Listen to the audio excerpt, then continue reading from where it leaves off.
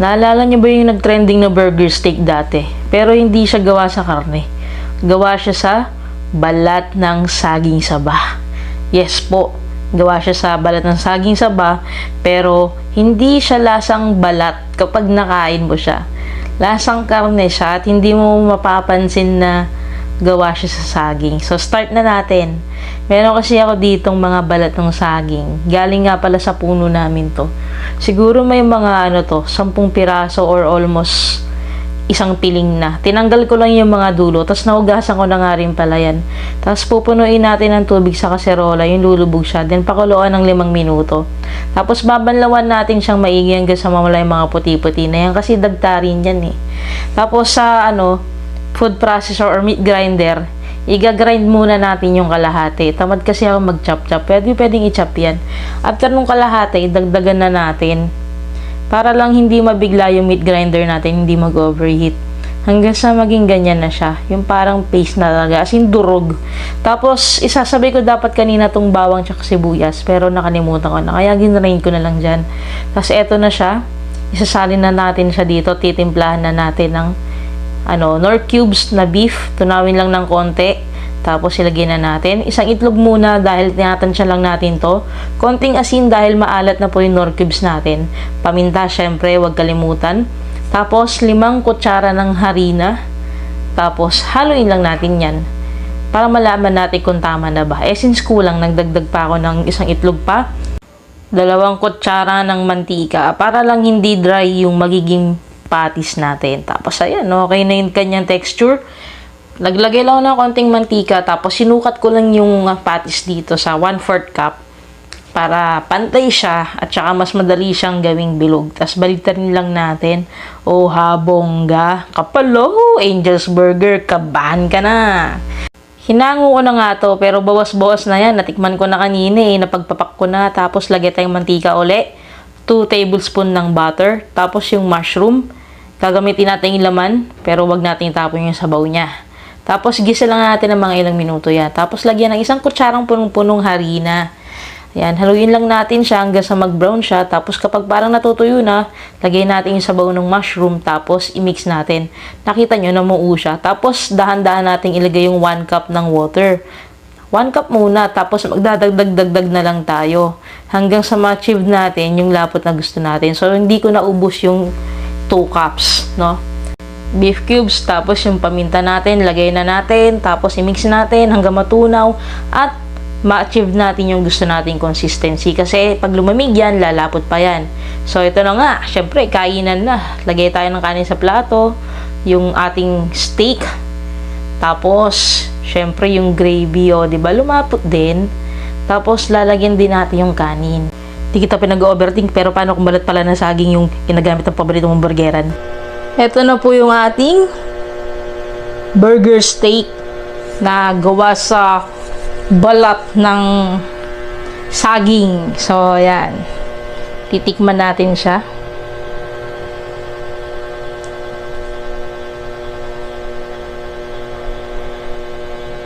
So,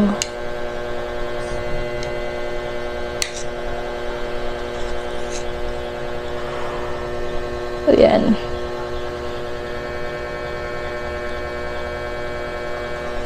Okay naman, di ba?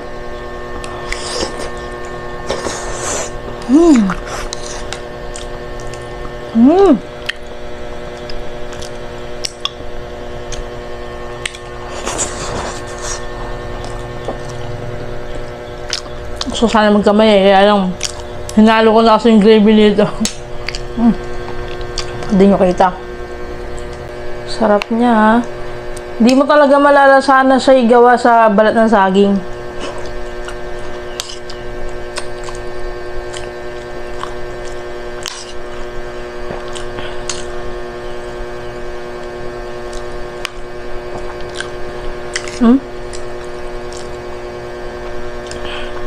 Di ba yung loob niya parang patis talaga?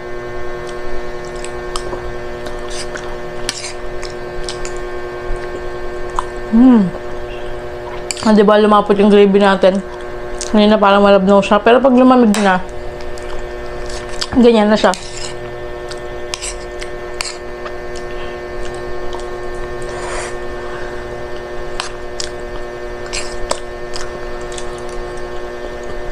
Mm. Mm.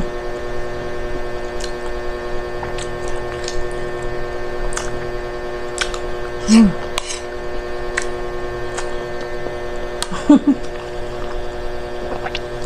Masarap dito sa ano, burger. O kaya yung ano, alam niyo yung buns.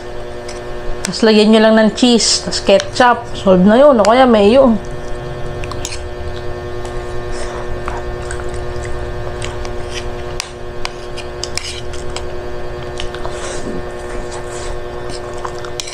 Mm.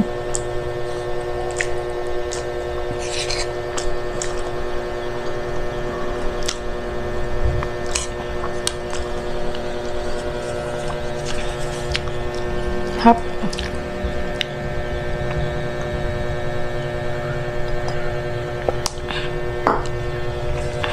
Ano siya eh, yung tipong halimbawa bisita kita, pumunta ka sa bahay tapos pinaglutuan kita ng ganito, hindi mo alam na, hindi ko sasabihin sa'yo na gawa siya sa saging ng sa saging ng saba gawa siya sa balat ng saging.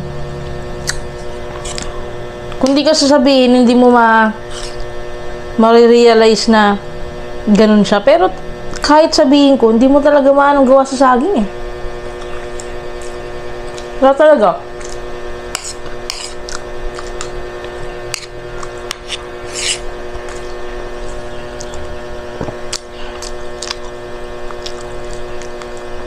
Kanina ko pa nga pinapapakto. Hindi pa ako nagbibideo na kumakain. Kaya, one rice lang yung kinuha ko. Kasi nasarapan ako. Pag tikim ko yung sarap pala. Ito sang init pa ng gravy kanina.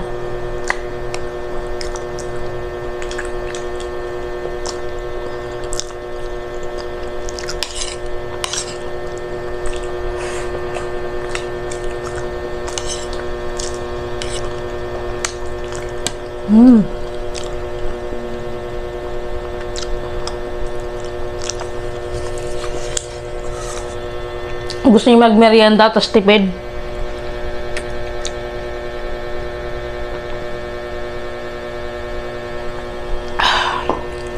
Alam niyo yung ano, may dessert ka ng minatamis na saging or nilagang saging or turon man yan, banana Q man yan, tapos meron ka pang burger patties.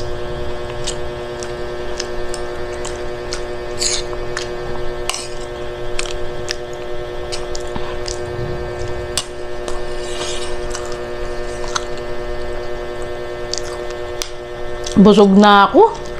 Kanina pa akong ngumunguya eh. Nakaubos na ako ng 3 patties.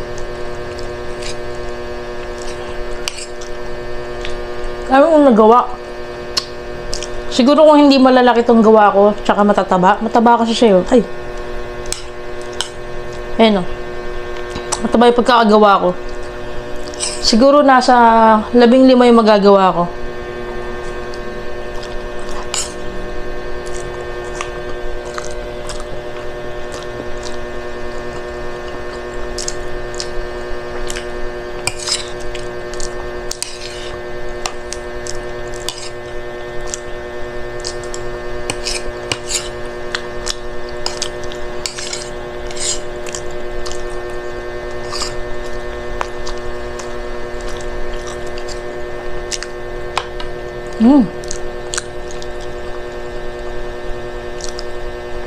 Lalo na nung nalagyan ng gravy, ang sarap. Hindi ko na rin maubos yung gravy.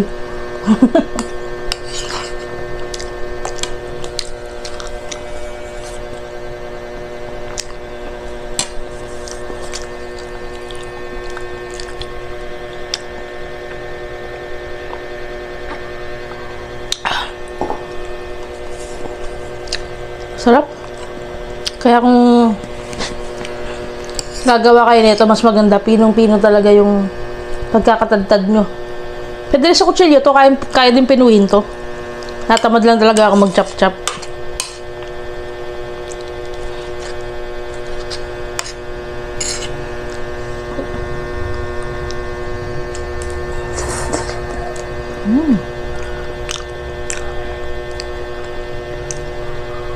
Gusto ko umaapaw sa gravy. Gagawa pa nga ang gravy mamaya. Konti lang kasi nagawa ko. Gusto ko kasing pakita sa inyo na malapot.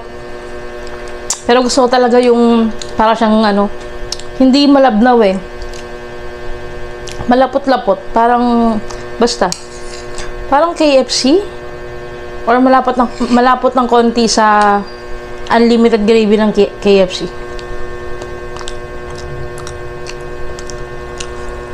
Bigat niya sa tiyampate. Dahil nga siguro saging siya. Excuse.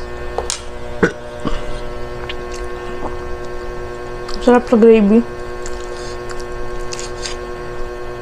May natira pa doon. Bibili ako tinapay bukas. Susubukan ko sa tinapay naman. Pakita ko sa inyo. Hindi naman kasi namin maubos ni mama. Ang dami.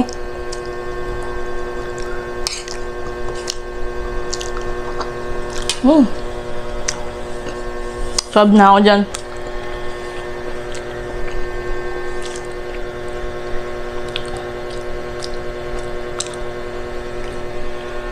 Isip ko pwede siyang ihalo sa ano, sa karne mismo. Parang pampadami, no?